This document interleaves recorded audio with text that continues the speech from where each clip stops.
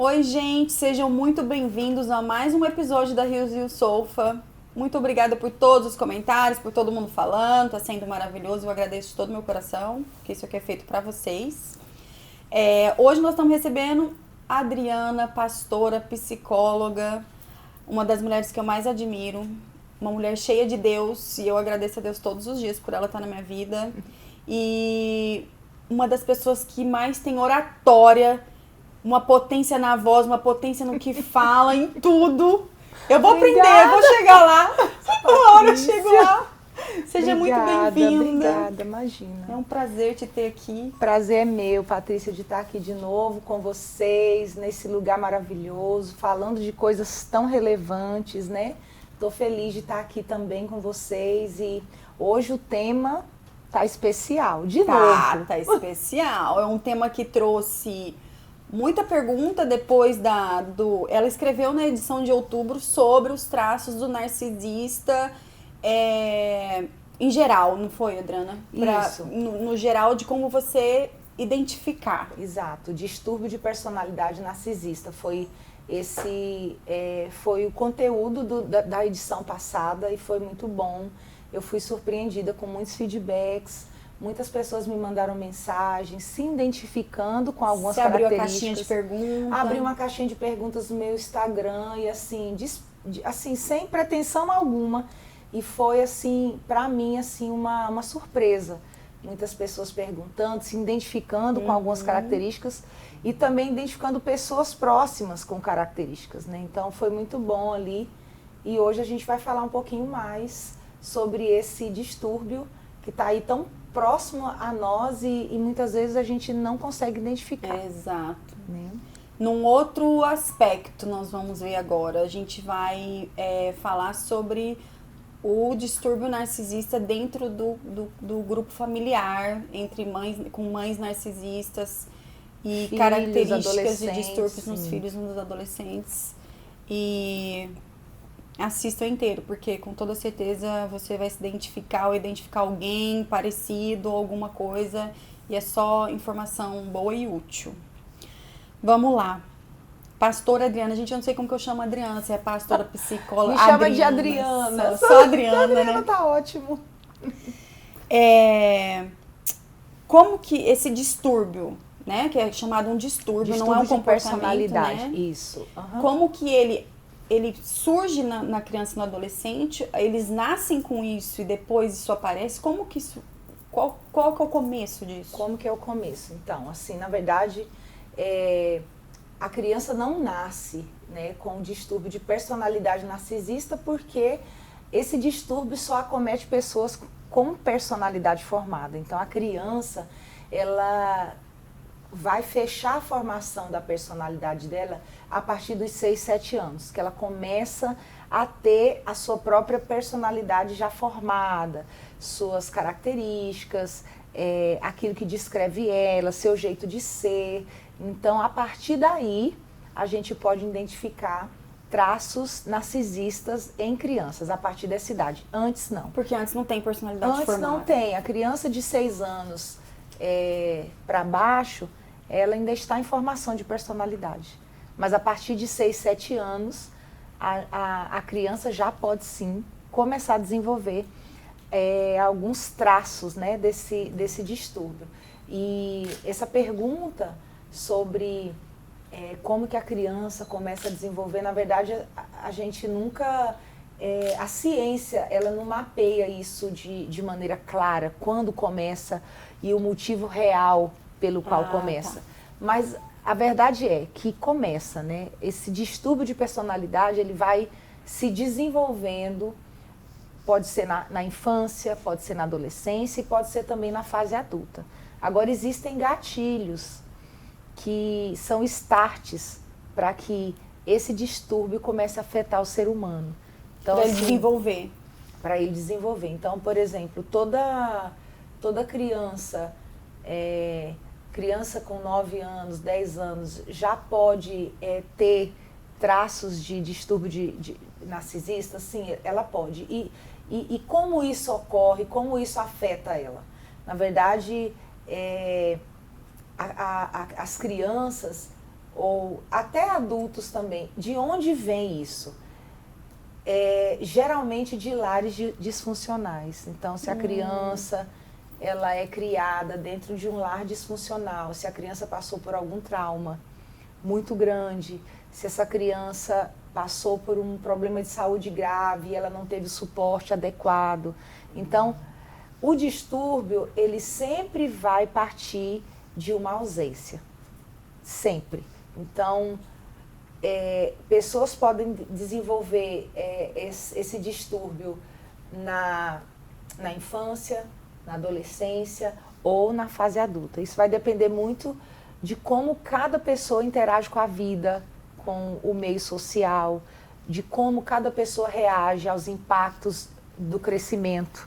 Por exemplo, tem pessoas que lidam muito bem com a dor, outras pessoas não lidam muito bem com a dor. Sim. Então, a falta de processamento das coisas, o acúmulo, aquilo que vai ficando dentro de mim e aquilo que eu não vou conseguindo processar, vai sim desenvolvendo de alguma maneira vai afetar nisso. Ou distúrbio de personalidade narcisista, ou uma ansiedade, ou uma depressão, ou até um princípio de rejeição. Tem muita criança que nasce e cresce, ele desenvolve em ambientes que ele se sente rejeitado. Então, uma criança rejeitada é um adolescente narcisista em potencial. Um adolescente com uma ruptura familiar, por exemplo, separação dos pais, luto, ele é um adulto narcisista em potencial. Ou seja, a falta de coisas na minha base sinaliza que eu posso ter problemas lá no meu futuro se eu não conseguir digerir tudo isso, trabalhar tudo isso, tratar tudo isso. Então, tudo que fica dentro do ser humano que não é processado, aceito ou ressignificado, vai trazer... Se você já tiver essa predisposição, Exato. Vai ser o start para isso acontecer. Exato, vai trazer uma consequência no futuro. Então, isso é tão sério, porque nem todo mundo identifica, nem todo mundo sabe as raízes disso, de onde vem, como começa, e normalizam um distúrbio, às vezes vivem insatisfeitos, infelizes, achando que a vida é daquela forma. Que tá normal, né? Que tá normal. E às vezes os pais vê talvez traços disso no adolescente ou na criança e não sabe quais são as características e vai deixando, né? Vai piorando isso. Vai piorando. Então, por exemplo, a falta de informação dentro de casa talvez seja o gatilho maior. A falta de informação, a ignorância que às vezes as pessoas têm em relação àquele assunto. Então, se a gente...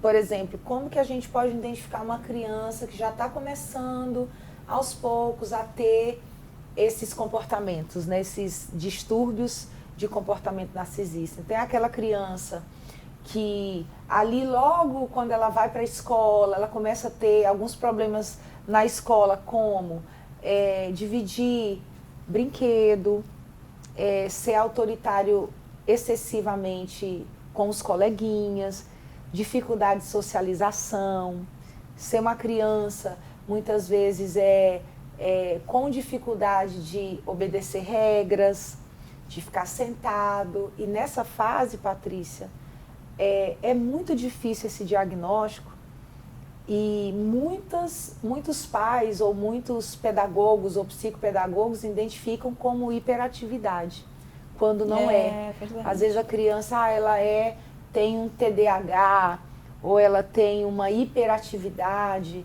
e é muito difícil você discernir, porque é muito parecido o diagnóstico na infância. Então, a criança que tem dificuldade, por exemplo, de desenvolver, de aprender,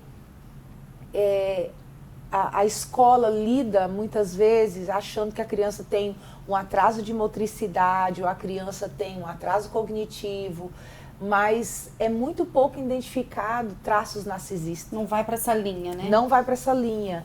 Então, quase todo narcisista foi diagnosticado na infância como TDAH. Quase todo narcisista na infância teve que tomar Ritalina. O que é o Ritalina? Ritalina é um remédio. De TDAH. É um remédio para pessoas que sofrem, né, de TDAH, a dificuldade de se concentrar, ansiedade.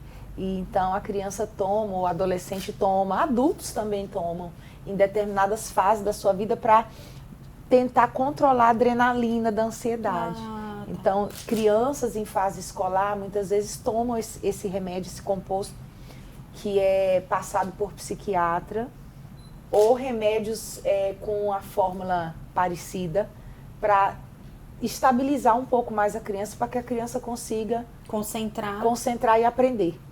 Então, é raríssimo, às vezes, você conseguir identificar traços narcisistas em crianças, mas você fazendo isso, observando isso na sua criança, levando a um psicólogo, a um psiquiatra, precocemente você consegue sim. A longo prazo, talvez, A né? longo prazo, observando.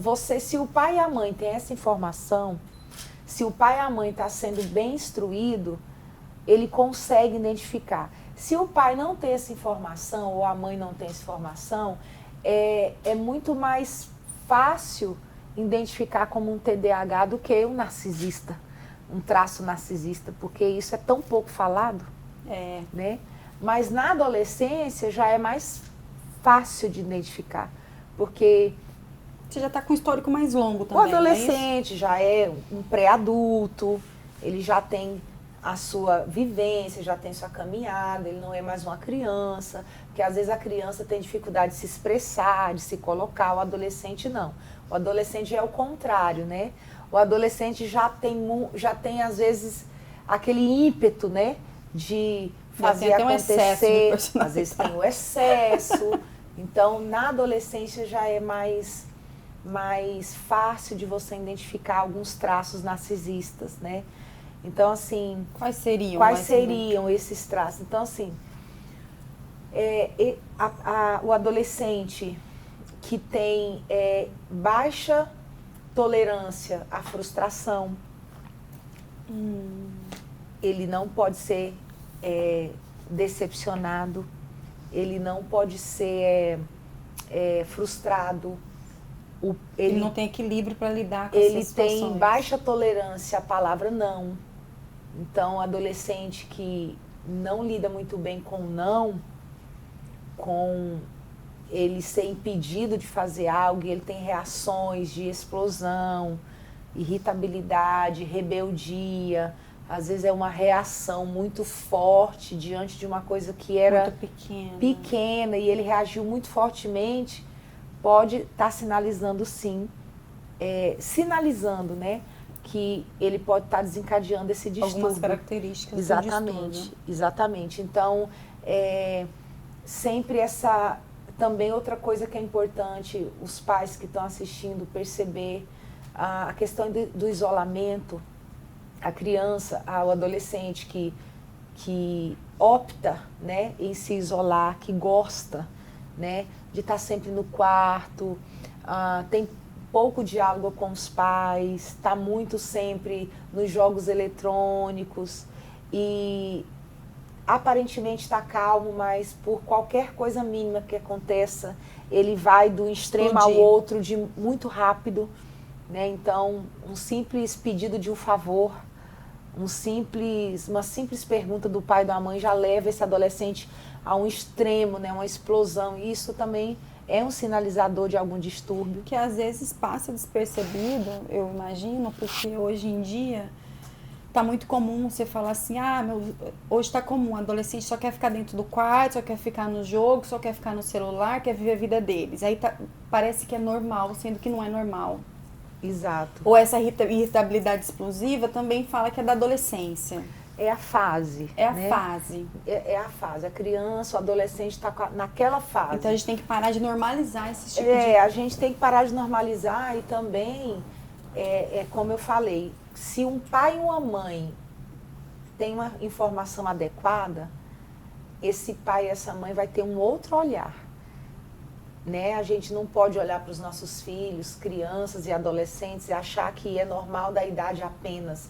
Tudo aquilo que persiste, tudo aquilo que é repentino, tudo aquilo que tem precedente, ou seja, está acontecendo e está se repetindo com a frequência muito rápida, é importante, é um ponto de atenção. O pai tem que ficar de olho, a mãe tem que ficar de olho. Por quê?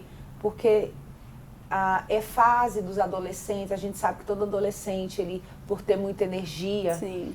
tem uns comportamentos rompantes, isso é normal, mas tudo aquilo que se torna precedente e repentino, a gente precisa observar. Nunca ache normal comportamentos sucessivos dos filhos, porque não é normal. É aquilo que você falou. A gente não pode normalizar o que não é normal e achar que isso é por causa da escola, dos amigos, é cansaço mental por causa dos jogos eletrônicos. A gente não pode terceirizar a nossa responsabilidade. E com o pai e mãe, a gente está muito terceirizando as coisas, muito, né? Muito. Às vezes eu posso citar exemplos, às vezes nos meus atendimentos, eu já atendi pessoas que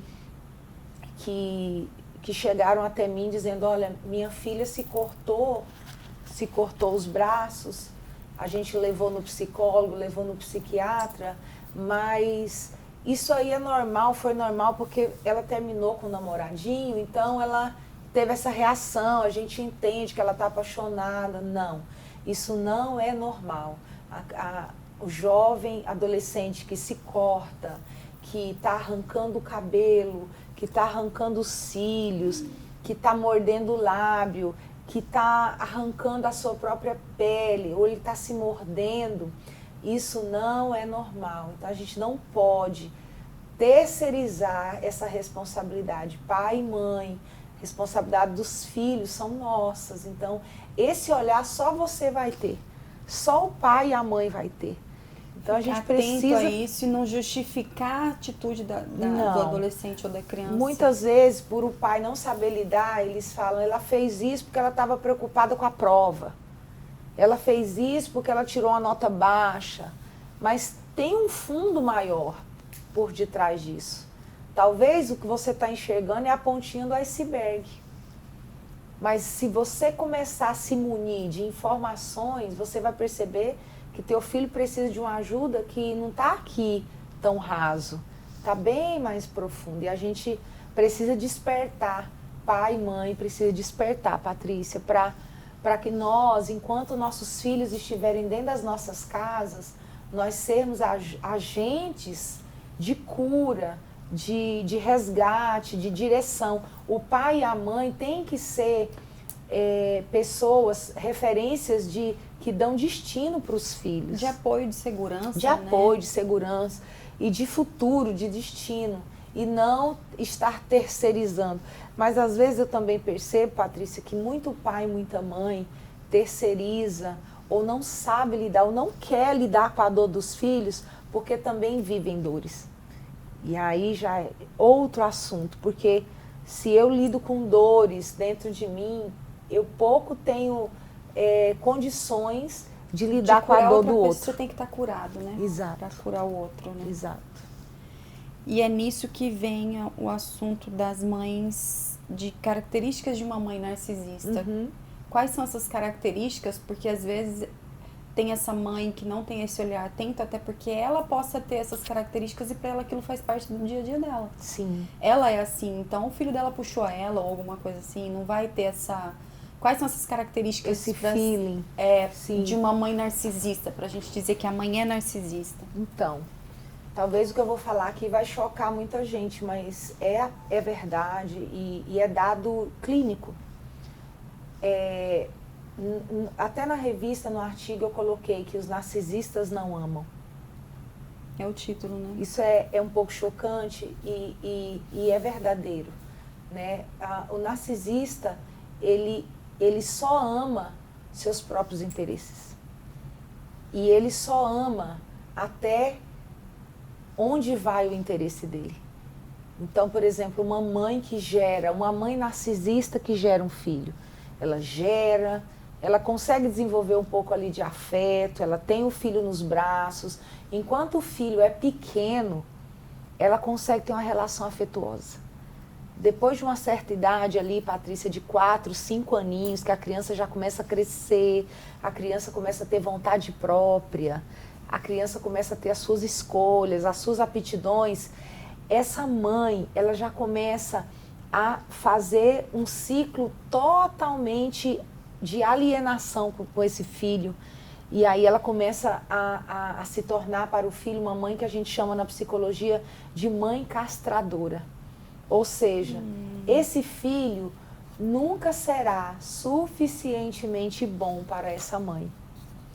Então, a característica maior de uma mãe narcisista é que ela sempre está castrando o filho. Se o filho tem algum êxito, ele não fez mais do que a obrigação.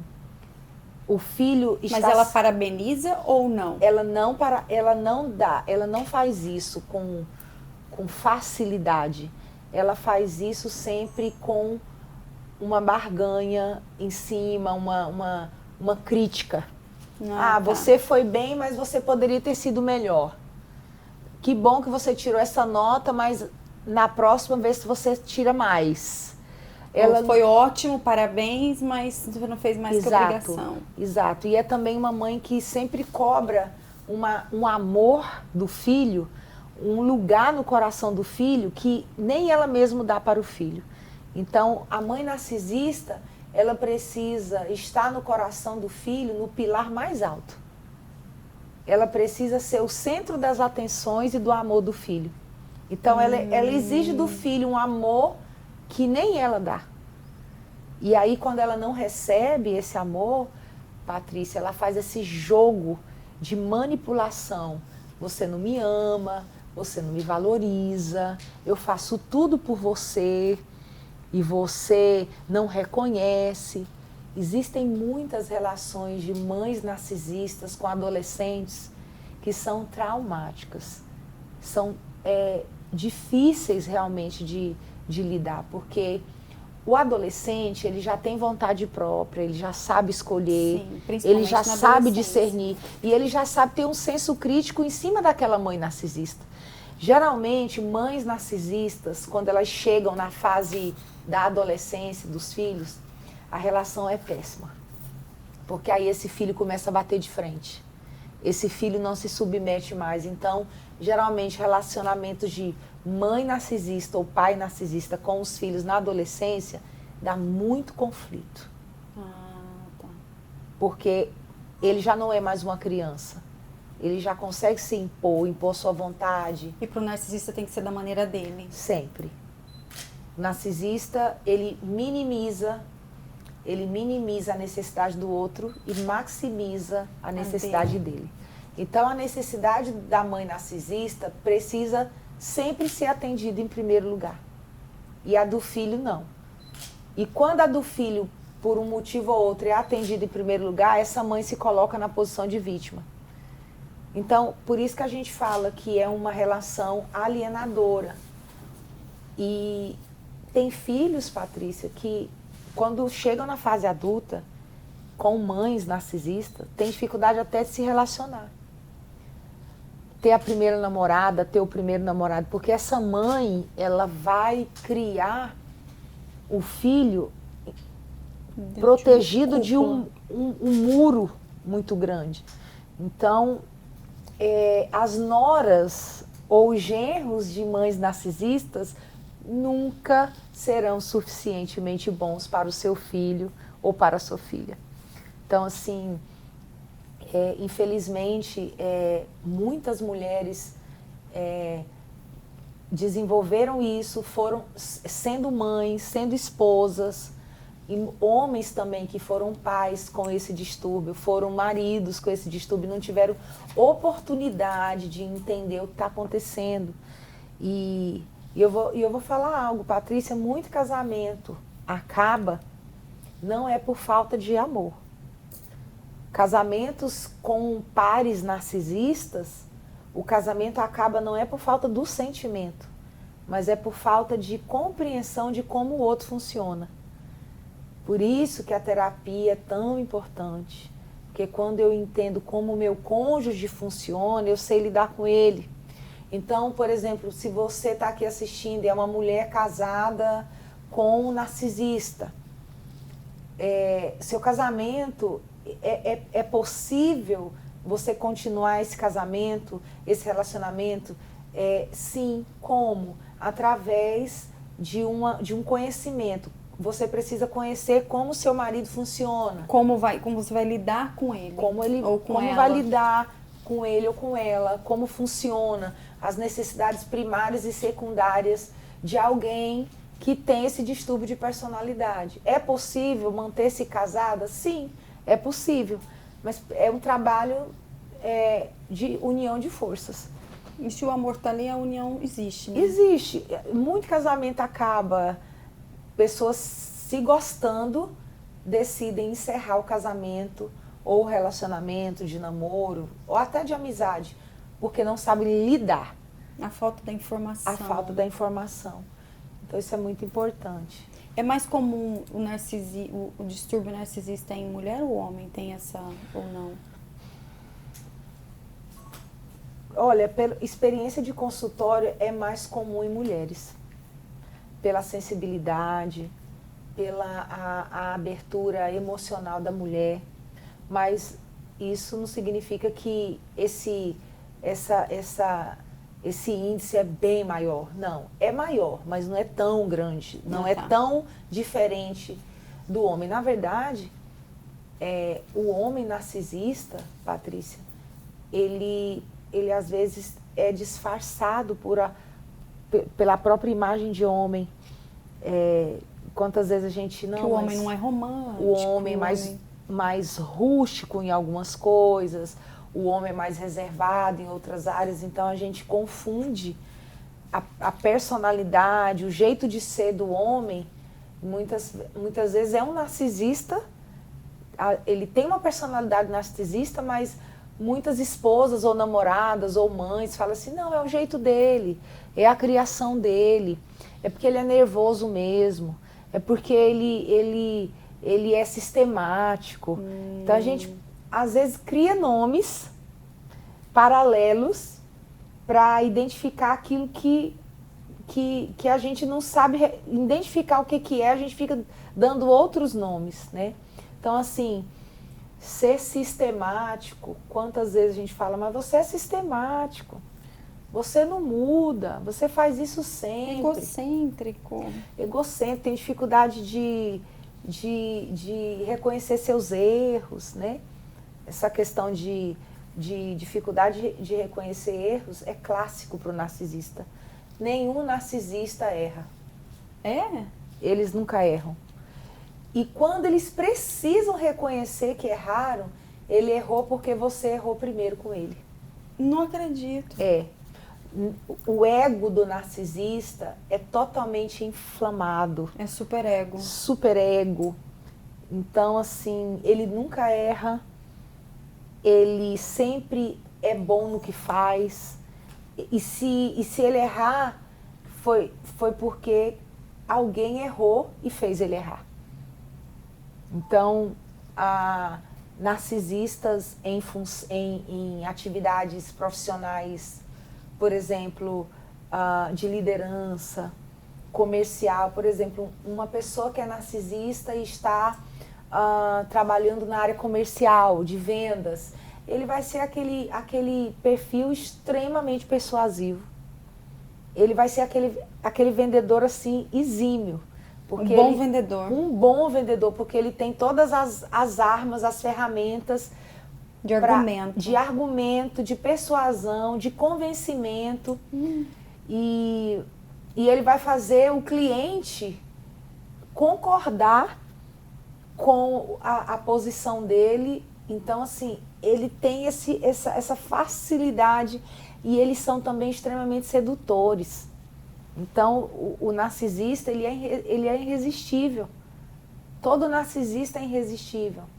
Então, assim, eu já tratei em consultório, Patrícia, casos de vítimas de narcisista, de mulheres que se apaixonaram por narcisista e tinha aquela frase, mas no começo era tudo perfeito. Mas depois o príncipe virou um sapo. Por que isso é comum? O narcisista, ele é muito perseverante naquilo que ele quer conquistar. Então, na fase da conquista, ele vai ser para a vítima tudo que a vítima sonhou.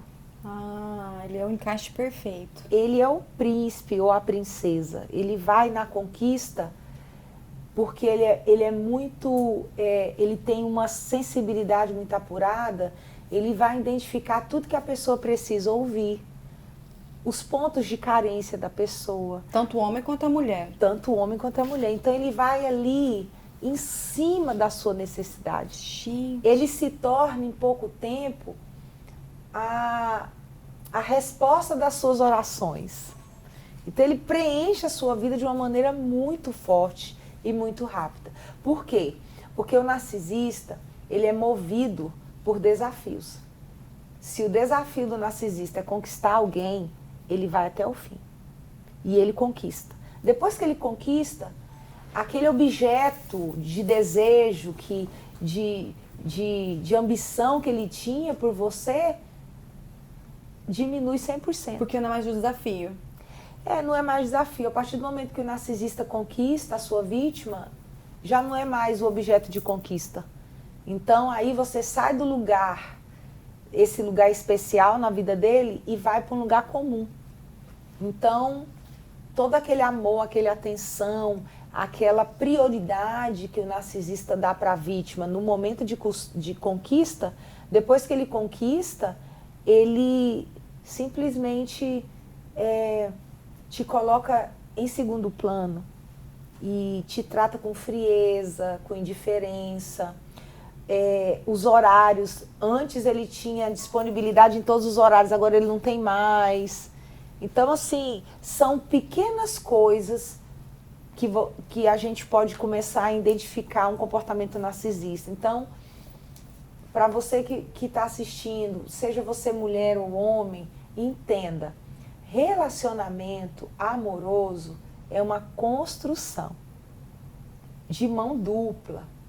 Não é apenas de uma via, é de via dupla. E nada está pronto. Nada vem pronto, Patrícia, é uma construção. Então, como é que um relacionamento saudável pode ser construído? Quando duas pessoas que não estão prontas se encontram e decidem crescer juntas. Aí sim vai dar certo. Então, hoje em dia tem muita gente carente. Que já quer que ele venha pronto, ou ela venha pronta. Tem muita gente que se deixa levar pela carência. Então, a pessoa chega, ela te envolve com aquele papo, aquela conversa agradável. E aí você começa a perceber que ela se encaixa na sua vida, nas suas demandas. Tudo que você precisa. Tem tudo que você precisa e você se entrega. Então, fiquem atentos a esses sinais, né? Porque tudo na vida é construção. Tudo.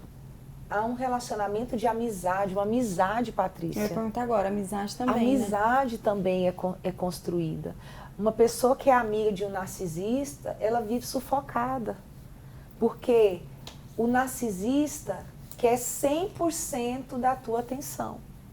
O narcisista é ciumento com seus amigos. O narcisista, ele quer ser o centro das atenções de qualquer evento.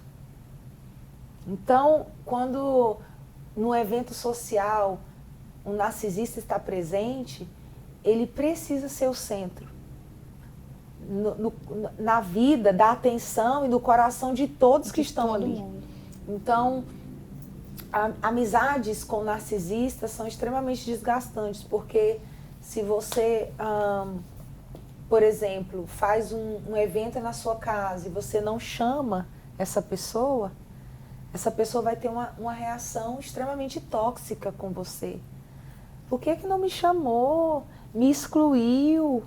Vai vir vai se vitimizar. O vitimismo.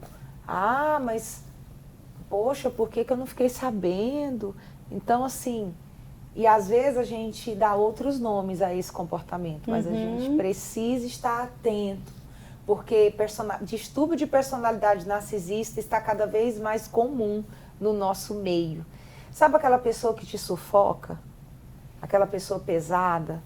aquela pessoa que se antecipa às suas necessidades e chega primeiro e te surpreende, assim, você fica tipo, mas... Dá até um medo, assim. Exato. A gente tem que estar bem observadora nesse sentido para que você não seja vítima, para que você não se frustre com esse tipo de amizade, de relacionamento. E isso tudo é muito fácil de ser evitado, gerenciado. Eu acho que essa palavra, gerenciado, né?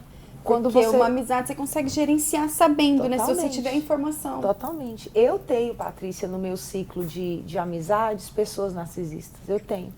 E eu consigo conviver. Gerenciar. Eu consigo conviver gerenciando, porque eu sei exatamente como o narcisista funciona. Então, eu sei exatamente o que ele precisa e eu sei exatamente o que eu não posso dar para ele. Ah, é verdade. Eu não posso liberar muitos acessos da minha vida. Então, quem tem um amigo narcisista, você tem que saber até onde você vai com ele. Exato. Então, você sabendo lidar, a pessoa, você consegue ter essa pessoa no seu convívio. O problema é quando você não sabe lidar. Quando você não sabe lidar, você se torna vítima. E aí vem os problemas de relacionamento, de amizade, quebra de confiança, traição. Exato. E por aí vai, tantas coisas que pode acontecer. É muita informação, né? Que as pessoas não têm. O distúrbio do narcisismo, eu acho legal da gente estar abordando bastante, porque ele acaba sendo como o distúrbio, não sei se eu posso falar distúrbio do TDAH. O TDAH é uma coisa que as pessoas passaram a descobrir o que era e começaram a perceber no filho ou em alguma coisa. Então, talvez agora, falando mais sobre o narcisista, é um outro distúrbio que as pessoas podem agora, com mais informação, essa informação sendo contínua e clara, as pessoas começarem a perceber e evitar um monte de coisa. Gente, evitar um divórcio, porque você vai aprender a lidar com aquilo, evitar uma perca de uma amizade, porque você vai aprender a lidar com aquilo. Ajudar os filhos, porque como é que... é uma pergunta que eu ia fazer agora, desses efeitos de ter uma mãe narcisista. Qual que é esse efeito a longo prazo para essa criança ou para esse adolescente que tem essa mãe narcisista? Né? Então, você imagina, você é criado por uma mãe que é narcisista, que te castra e te pune o tempo todo. Então, o que vai acontecer com essa criança? Essa criança ela vai ter problemas de socialização grave. Ela vai se tornar alguém totalmente tímido, inseguro, introspectivo. Por quê? Porque ela não foi afirmada dentro de casa.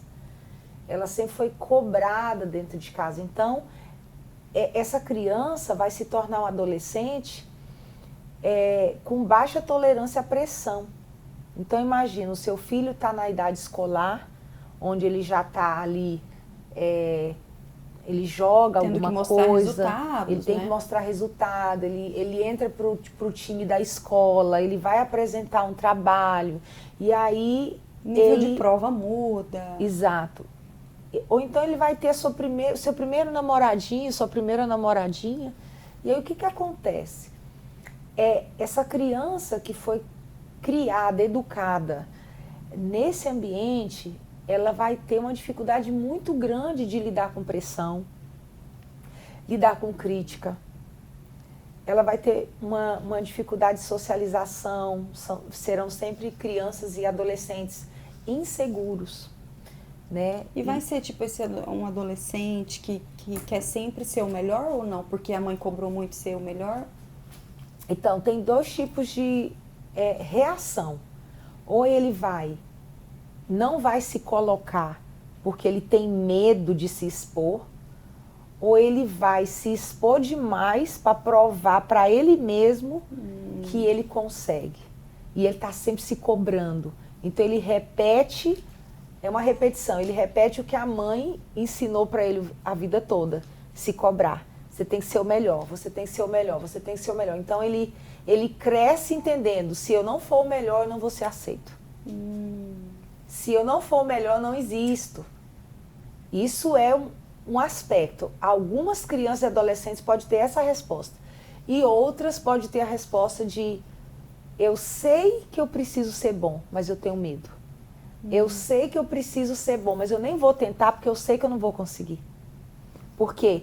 Porque a mãe ou o pai narcisista puniu tanto essa criança e não valorizou os erros da criança. Eu queria abrir esse parênteses aqui para dizer para todos os pais que o erro dos seus filhos é que vão fazer deles grandes vitoriosos.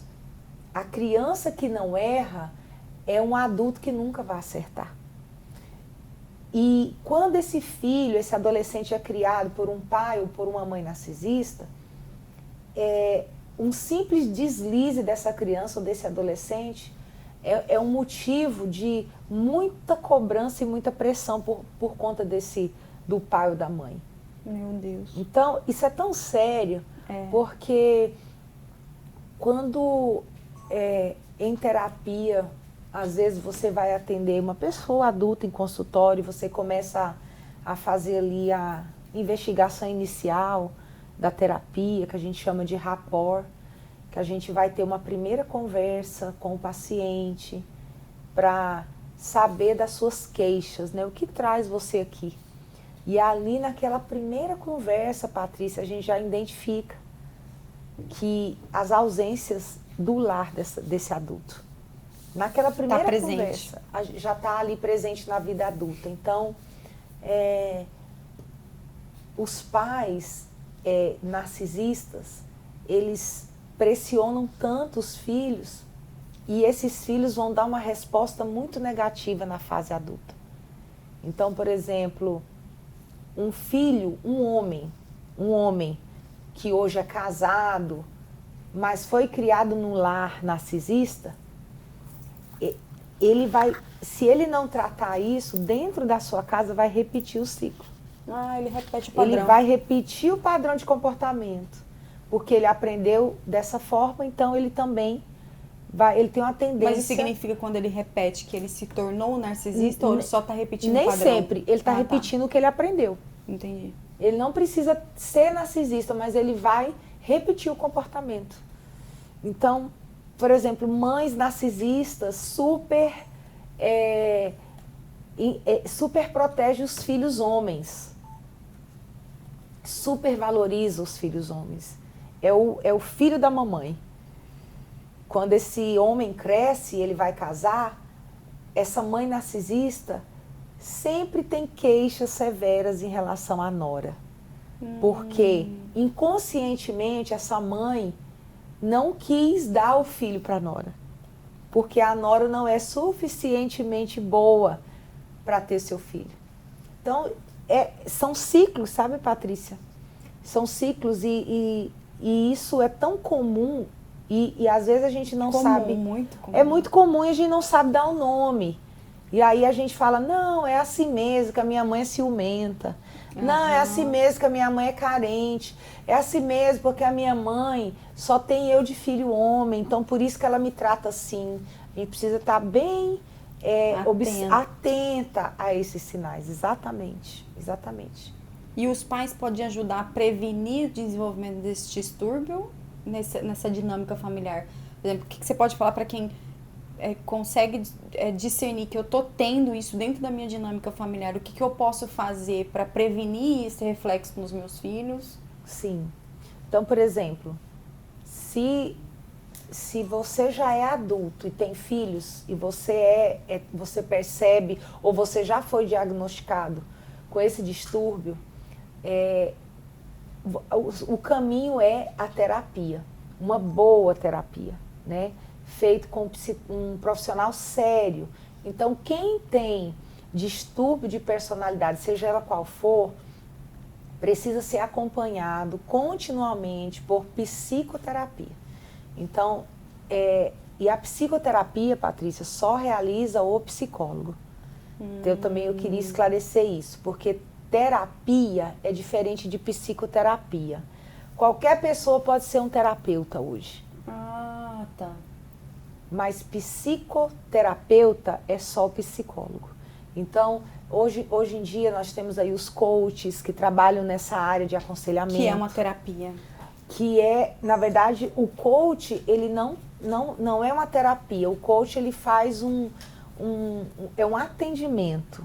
É um atendimento de direcionamento de vida, de carreira, o coach. O terapeuta, ele faz a terapia baseada naquilo que ele acredita, naquilo que ele trabalha na sua terapia. E a psicoterapia é feita apenas dentro de consultório com psicólogo. Então, bom saber. É muita informação nessa área, porque hoje em dia... E as pessoas às vezes ficam perdidas. Exato, tem muita linha no mercado, muita linha. E outra coisa que eu queria esclarecer também, que é uma dúvida recorrente que as pessoas me perguntam se eu vou ao psicólogo, o psicólogo me passa a receita do medicamento? Não.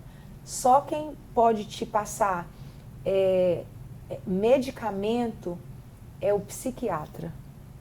Nossa, é complicado. O psiquiatra, ele é médico psiquiatra, habilitado para fazer uma prescrição medicamentosa para o paciente. O psicólogo não pode passar remédio para ninguém. O psicólogo é responsável pelo trabalho de psicoterapia. Ele vai identificar e ele vai ter...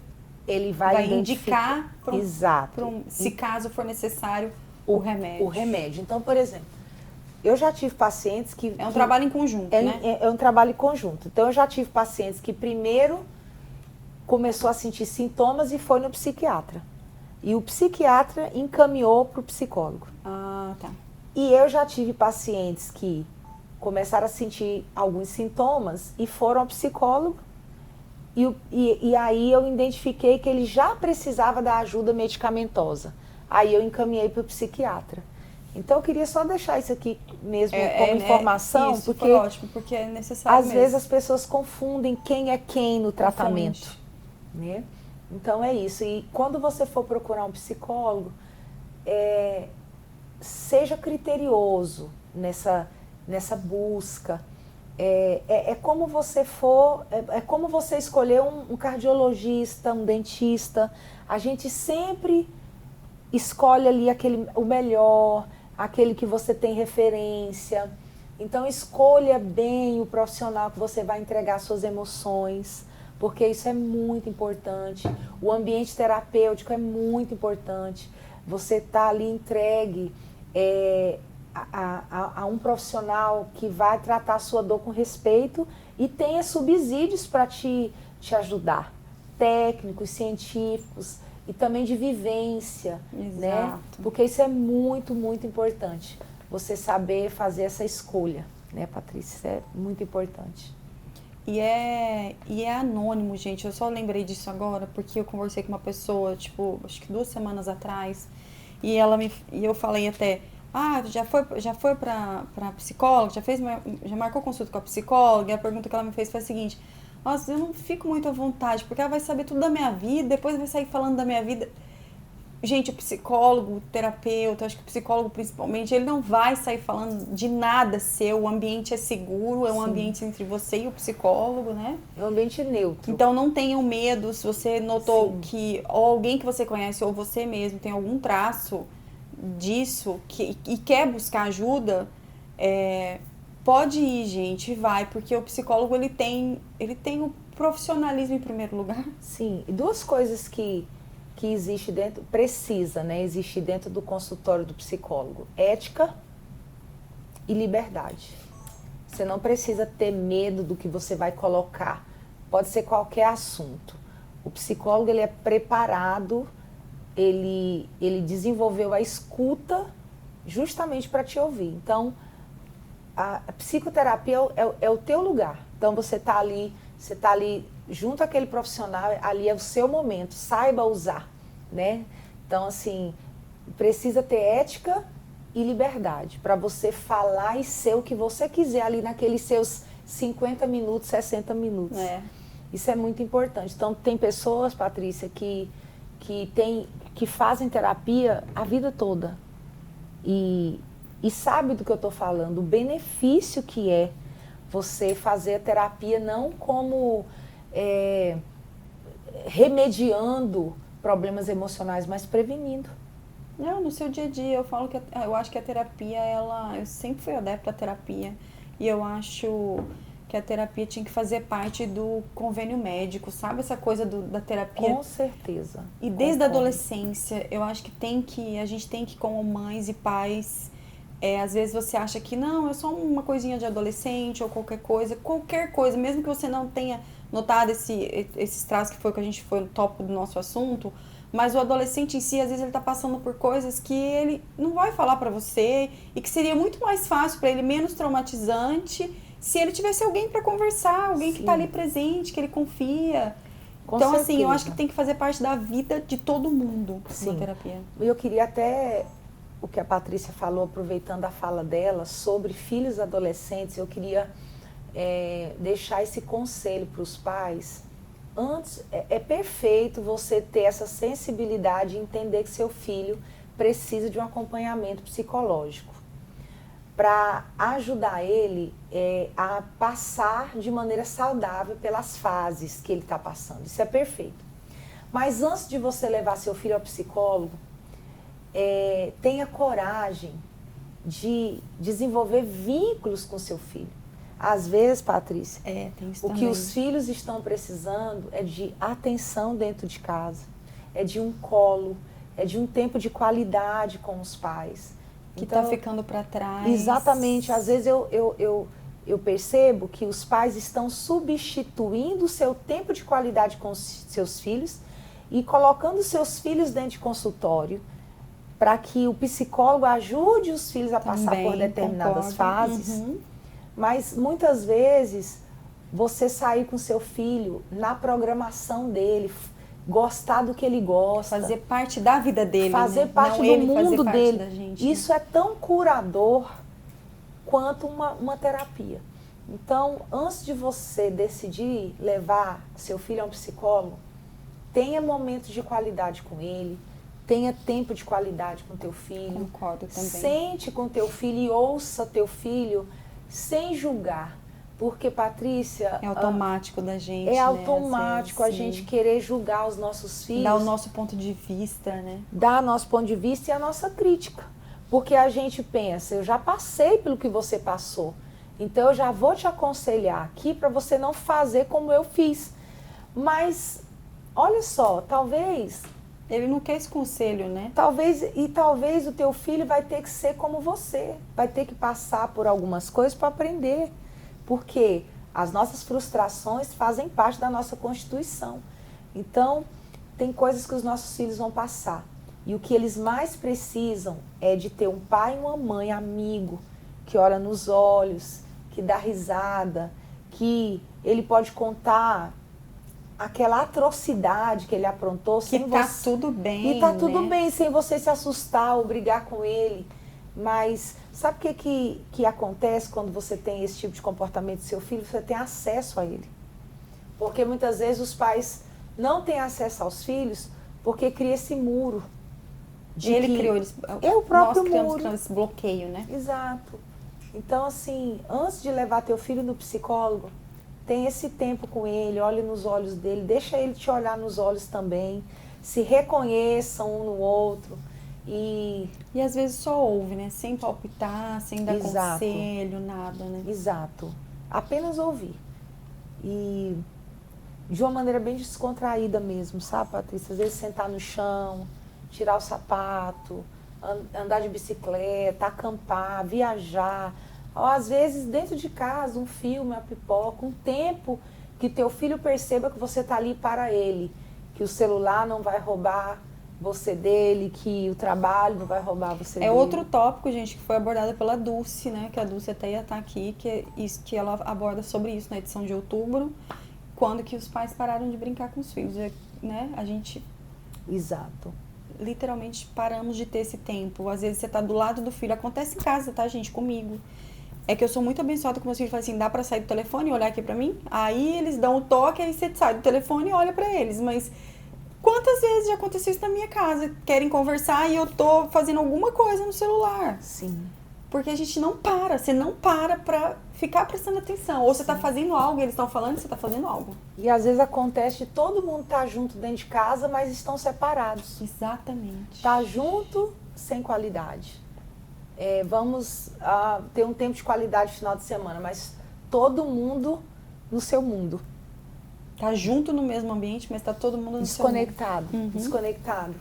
Então, assim, infelizmente, nessa era da tecnologia, tem roubado, assim, de maneira muito sutil, né? E muito danosa, esse né? tempo da nossa vida adulta, a gente está o tempo todo no celular, nossa vida pelo celular. Na época dos nossos pais não existia isso, quando a gente era criança não existia isso. Hoje, as pessoas compram e pagam pelo celular, fazem reunião pelo celular. Tudo, né? Tudo é pelo celular. Então, assim, o adulto ele está quase que 24 horas com o telefone na mão e os filhos estão vendo tudo isso e os filhos são os futuros adultos com o telefone na mão. E eu vejo, às vezes, alguns pais punindo os filhos.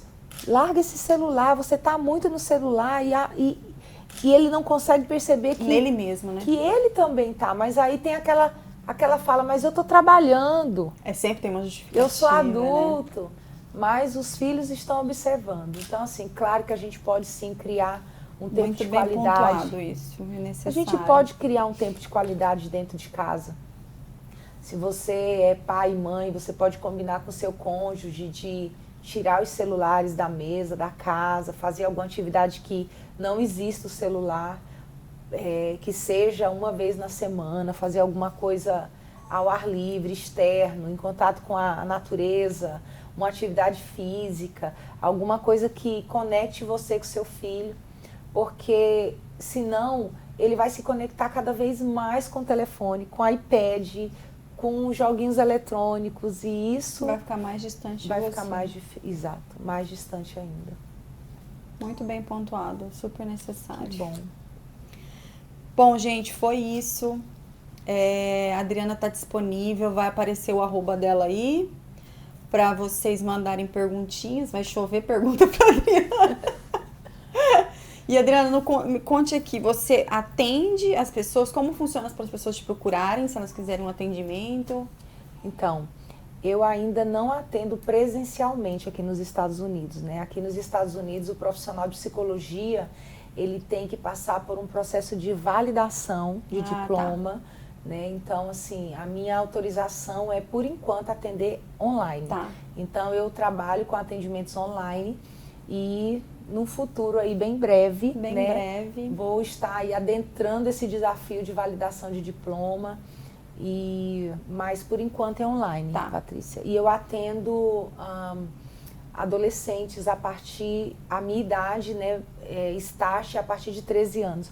13, 14 anos, dependendo da maturidade, eu consigo atender online a partir dessa idade. Ah, tá. Eu como é escrito lá na minha coluna, eu sou especialista em psicoterapia de família e de casal. Então, a gente trabalha a família como um todo.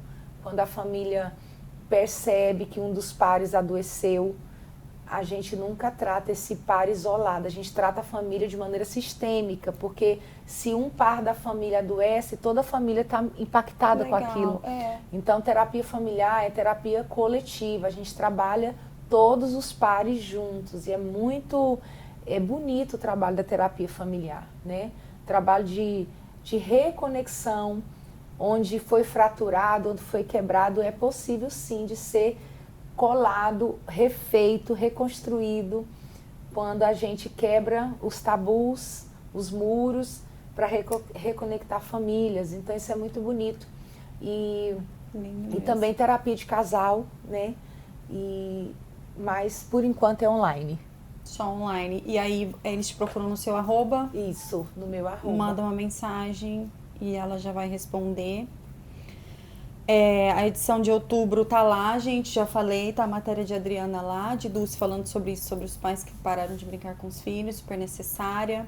Eu agradeço muito todo mundo. Pastora, muito obrigada. Eu te agradeço, Patrícia. Muito obrigada pelo convite. É um luxo, gente, estar perto dela, de verdade. Eu agradeço, não perca a Patrícia. Oportunidade. Obrigada, Patrícia. Quando vocês puderem. E deixar aqui, Patrícia, talvez se algum leitor da revista, um espectador aqui do programa, tiver sugestão de temas dentro da psicologia para as próximas. Isso. Eu acredito que vai ser interessante até para nortear aquilo que a gente vai falar nas próximas edições, aquilo que você tem dúvida, aquilo que você acha que é relevante, está sendo esclarecido agora dentro dessa área da psicologia. Você pode me mandar mensagem, eu mando mensagem para a Patrícia. Pode mandar, que estamos abertos a sugestões.